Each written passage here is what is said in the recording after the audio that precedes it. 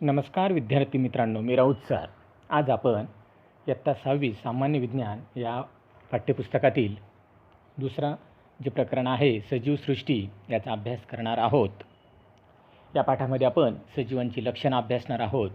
तत्पूर्वी आपण सजीव कुणाला म्हणायचं आणि निर्जीव कुणाला म्हणायचं ते एका चित्राच्या मदतीने समजून घेणार आहोत. चित्रामध्ये बघा, काही सजीव काही निर्जीव वस्तू आपल्याला दिसत आहेत. जसं की वनस्पती, मुलं, पक्षी, कुत्र्याचं पिल्लू, कोंबडी अशा काही सजीव वस्तू आपल्याला दिसत आहेत.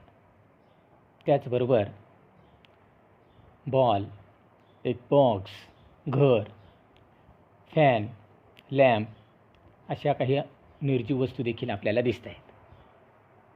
तर या ज्या सजीव आणि निर्जीव वस्तू आहेत त्यातील ज्या सजीव वस्तू आहेत त्या सजीवांची कोणकोणती लक्षणं आहेत त्यांचा आज आपल्याला अभ्यास करायचा आहे. या ठिकाणी एक चित्र तुम्हाला दिसतंय. सजीवांचं पहिलं जे लक्षण आहे ते आहे वाढ. जसं की या चित्रामध्ये तुम्हाला दिसतंय लहान बाळांपासून तर अगदी वृद्ध आजी आजोबांपर्यंत दिसत आहेत. प्राण्यांमध्ये देखील तशा प्रकारे आपल्याला दिसतंय. तसंच वनस्पती देखील दिसत आहेत. अगदी छोट्या रोपट्यांपासून तर वडाच्या मोठ्या झाडापर्यंत चित्र तुम्हाला दिसतंय. म्हणजेच काय की प्रत्येक वनस्पती प्राणी यांची वाढ आपल्याला झालेली दिसते. जसं की बाळाची वाढ होऊन त्याचं प्रौढ स्त्री किंवा पुरुषामध्ये रूपांतर होतं. या वाढीच्या काळामध्ये त्याची उंची, वजन, ताकद इत्यादींमध्ये वाढ होते. सर्व प्राण्यांची अशी वाढ होऊन ते प्रौढ होण्यास ठराविक काळ लागतो. मग ते वनस्पती असो का प्राणी असो. मानवाच्या अशा वाढीस सर्वसाधारणपणे 18 ते 21 वर्ष लागतात. वेगवेगळ्या प्राण्यांच्या वाढीसाठी मात्र हा कालावधी वेगवेगळा लागतो. आता ह्या सजीवांच्या वाढीसाठी अन्नाची आवश्यकता असते. जसं लहान मुलं आहे किंवा प्रत्येक इतर सजीव प्राणी जो आहे तो आपलं अन्न सेवन करतो, त्याची हळूहळू वाढ होते, हे आपल्याला दिसून येतं. तसंच वनस्पती आहे. वनस्पती देखील वनस्पतीचं रोपटं लावल्यानंतर त्याला आपण पाणी देतो, काही पोषक तत्त्व देतो, त्याला सूर्यप्रकाश मिळावा लागतो, ऑक्सिजन मिळायला लागतं आणि या सगळ्यांच्या मदतीने प्रकाश संश्लेषण नावाच्या प्रक्रियेद्वारे वनस्पती आपलं अन्न तयार करून हळूहळू मोठ्या होतात. हे झालं सजीवांचं पहिले लक्षण. आता सजीवांचं दुसरं लक्षण आहे श्वसन. तर श्वसन कशाला म्हणायचं? प्रत्येक सजीवाला, वनस्पती असेल किंवा सजीव प्राणी असेल, प्रत्येक सजीवाला जगण्यासाठी ऑक्सिजनची आवश्यकता असते. ऑक्सिजन शरीरात घेणे व त्याच्या वापरातून शरीरात तयार होणारा कार्बन डायऑक्साईड वायू शरीराबाहेर सोडणे यालाच श्वसन म्हणतात. यासाठी मासा, साप, उंदीर, झुरळ अशा वेगवेगळ्या प्राण्यांमध्ये श्वसनासाठी वेगवेगळी ठराविक इंद्रिय असतात. जसं मानवाला श्वसन घेण्यासाठी नाक आहे, माशांना श्वसन घेण्यासाठी कल्ले आहेत, वनस्पती आपल्या पानांमार्फत, काही खोडांमार्फत किंवा त्यांच्या सूक्ष्म छिद्रांवाटे श्वसन करतात. तर श्वसन हे देखील सजीवांचं अतिशय महत्त्वाचं दुसरं लक्षण आहे. तिसरं जे सजीवांचं लक्षण आहे ते आहे उत्सर्जन. तर उत्सर्जन कशाला म्हणायचं?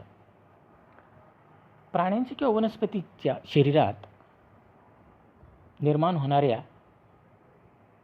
निरुपयोगी टाकाऊ पदार्थ जे तयार होतात त्यांना उत्सर्ग म्हणतात आणि हे उत्सर्ग शरीराबाहेर टाकण्याच्या क्रियेला उत्सर्जन म्हणतात. मग प्राण्यांमध्ये उत्सर्जनाचे वेगवेगळे अवयव असतात आणि वनस्पती देखील उत्सर्जन करतात. उदाहरणार्थ काही वनस्पती विशिष्ट ऋतूंमध्ये आपली पानं गाळून देतात किंवा पानगळ होते आणि वनस्पतींच्या पानांमध्ये साठलेले उत्सर्ग त्या पानांबरोबर गळून पडतात. अशा प्रकारे उत्सर्जन देखील वनस्पतीचं किंवा उत्सर्जन देखील सजीवाचं एक महत्त्वाचं लक्षण आहे. पुढचं जे सजीवांचं लक्षण आहे ते आहे चेतना, क्षमता व हालचाल. चेतनेला प्रतिसाद देताना सजीवांमध्ये विविध क्रिया होतात. जसं की आपण एक उदाहरण घेऊया. आपण एखाद्या गाई म्हशींच्या गोठ्यामध्ये अचानक प्रवेश केला तर आपल्याला काय चित्र दिसतं की त्या इथं अचानक उठून उभ्या राहतील किंवा इकडं तिकडं फिरताना दिसतील किंवा काही गाई म्हशींचा आपल्याला हंबरणं ऐकायला येईल. या सर्व त्यांच्या हालचालीच आहेत. किंवा वनस्पतींमध्ये आपल्याला एखादी वनस्पती आपण आधाराच्या दिशेने झुकलेली आपल्याला दिसते. वनस्पती लावली, तिला एखादा आधार दिला तर ती त्या आधाराच्या दिशेने झुकलेली दिसते. किंवा कुंडीमध्ये लावलेली वनस्पती आपण जर खिडकीत ठेवली तर ती वनस्पती देखील सूर्यप्रकाशाकडे खिडकीमध्ये झुकलेली दिसते. म्हणजेच तिचीसुद्धा हालचाल होते. सजीवांमध्ये अशा प्रकारची जी हालचाल होती ती स्वयंप्रेरणेने होती. सभोवताली घडलेली घटना म्हणजे चेतना व त्यामुळे सजीवांनी केलेली हालचाल म्हणजे प्रतिसाद होय. चेतनेला प्रतिसाद देण्याच्या क्षमतेला चेतना क्षमता म्हणतात. जसं की आपल्याला एखादी टाचणी चुकून टोचली गेली तर आपण लगेच आई गं म्हणून आपलं अंग चोरतो, बाजूला घेतो. म्हणजेच आपल्यामध्ये चेतना क्षमता आहे म्हणून अशा प्रकारची क्रिया सभोवताच्या घडलेल्या घटनेला प्रतिसाद देतो. म्हणजेच चेतनाक्षमता, या क्रियेला म्हणतात चेतनाक्षमता. ही चेतनाक्षमता देखील एक महत्त्वाचं लक्षण आहे. पुढील सजीवांचं लक्षण आहे 5 नंबरचं, प्रजनन किंवा पुनरुत्पादन. प्रत्येक सजीव, वनस्पती असो किंवा प्राणी, प्रत्येक सजीव आपल्यासारखाच दुसरा सजीव निर्माण करतो. या क्रियेला प्रजनन किंवा पुनरुत्पादन म्हणतात. आता काही सजीव पिल्लांना जन्म देतात तर काही अंडी घालतात, त्यातून पिल्लांना जन्म देतात. वनस्पतींच्या बिया, खोडे, पाने यापासून वनस्पतींची रोपं तयार होतात. अशा प्रकारे सजीवांच्या स्वतःसारखा दुसरा जीव निर्माण करण्याच्या या क्रियेला प्रजनन किंवा पुनरुत्पादन म्हणतात. त्यानंतर 6 नंबरचं सजीवांचं लक्षण आहे ठराविक आयुष्यमान किंवा वय. प्रत्येक सजीवाचं जसं तो जन्माला आला नंतर त्याची वाढ होते, काही कालावधीने तो प्रजननक्षम होतो. प्रजननानंतर त्याचे काही कालावधीत नंतर त्याचे अवयव क्षीण होत जातात आणि कालांतराने त्याचा जीवनकाल संपतो, म्हणजेच तो मृत्यू पावतो. असं प्रत्येक सजीवाचं, प्रत्येक वनस्पती असेल, प्राणी असेल, प्रत्येकाचं आयुर्मान हे वेगवेगळं आहे. उदाहरणार्थ कुत्र्याचं आयुर्मान साधारणपणे 12 ते 18 वर्ष असतं, तर शहामृग हा जो पक्षी आहे तो सुमारे 50 वर्षे जगतो. आता आपल्या मनामध्ये प्रश्न निर्माण झाला असेल किंवा नेहमी तयार होतो की हे सगळे सजीव आहेत ते कसे तयार झाले, कशापासून तयार झाले, असे प्रश्न आपल्याला पडत असतात. तर त्या संदर्भानेच आपलं पुढचं लक्षण आहे 7 नंबरचं की पेशीमय रचना. प्रत्येक जो सजीव आहे, मग तो लहान असो का मोठा असो, हा अगदी छोट्या छोट्या लहान घटकांनी बनलेला असतो. त्यांना पेशी म्हणतात. सजीवांच्या शरीरातील सर्व क्रिया या सूक्ष्म पेशींच्या सहाय्याने पार पडतात. यासाठी एक छोटंसं तुम्हाला उदाहरण देतो की आपण मधमाशांचं पोळं जसं पाहतो, या पोळ्याचे लहान लहान भाग म्हणजेच खण किंवा कप्पे तुम्हाला दिसतात. हे खण एकमेकांना जोडले गेल्यामुळं मधाचं पोळं तयार होतं. घराच्या भिंतीसुद्धा विटांनी बांधलेल्या असतात.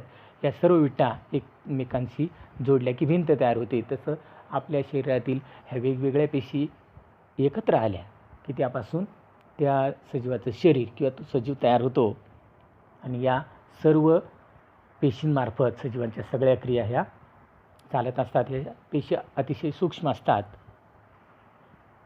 काही सजीवांमध्ये ह्या काही जे सजीव आहेत ते एकाच पेशींपासून बनलेले असतात, त्यांना एकपेशीय सजीव म्हणतात. तर जे सजीव अनेक पेशींचे बनलेले असतात त्यांना बहुपेशीय सजीव असे म्हणतात. आता उदाहरणार्थ अमिबा व काही सूक्ष्मजीव हे एकपेशीय सजीव आहेत. तर मानव, गाय, उंदीर, झुरळ, हत्ती, वडाचं झाड, कांद्याचं रोप हे बहुपेशीय सजीव आहेत. सजीव एकपेशीय असो अथवा बहुपेशीय, सजीवातील सर्व लक्षणं या पेशींमध्ये मात्र दिसून येतात. पेशींची संख्या वेगवेगळी असली तरी पेशीमय रचना हे सजीवांचं एक प्रमुख लक्षण आहे. अशा प्रकारे आपण सजीवांची ही लक्षणं पाहिलेली आहेत. आता त्याचा पुढचा भाग आहे, यातले काही जे सजीव आहेत ते आपल्याला उपयुक्त आहेत, काही सजीव आपल्याला अपायकारक आहेत. आता तो घटक आपण पाहूयात. बघा, वनस्पतींमध्ये जसं की मेथी, बटाटा, भेंडी, सफरचंद, केळी यांचा आपण अन्नासाठी वापर करतो. तर अडुळसा, हिरडा, बेडा, शतावरी, तुळस यांचा औषधासाठी वापर केला जातो. प्राण्यांमध्ये सुद्धा आपल्याला असेच काही उपयोगी पडणारे प्राणी आहेत, जसे की कुत्रा, मांजर, गाय, म्हैस असे प्राणी आपल्याला घरगुती उपयोगासाठी आपण पाळतो किंवा उपयोगी पडतात.